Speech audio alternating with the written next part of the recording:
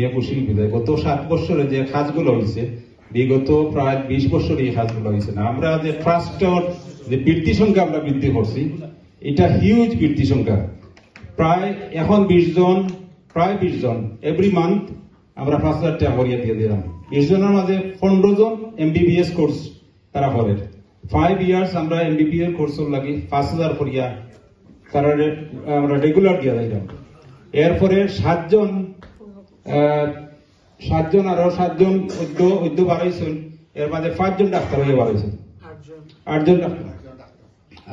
জন doctor হয়েছেন। এরা আসলে মনে হয় আমরা এই পয়সাগুলা সাপোর্ট না করলে হয়তো তারা হইতে পারলো না, খুব স্ট্রাগল করলো না।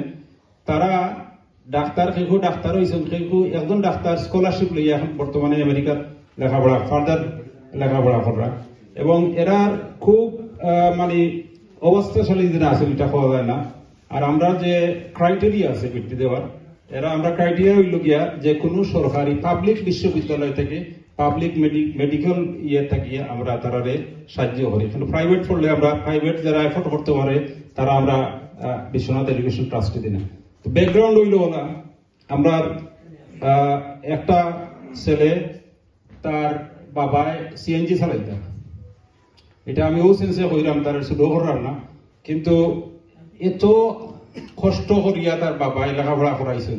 আর আমরা সাপোর্টটা পাইয়া যারা ইয়া যতদিনও পাইনি আমার গলার ধরিয়া খান্দন ডেইলি পাইলে কইবে আপনারা সাপোর্ট না পাইলে হয়তো আমার ছেলেটা অত দূর সার্সলিমার থেকে মেডিকেল পড়িয়া এখন বঙ্গবন্ধু মেডিকেল কলেজের এবং স্পেশালিস্ট ডাক্তার।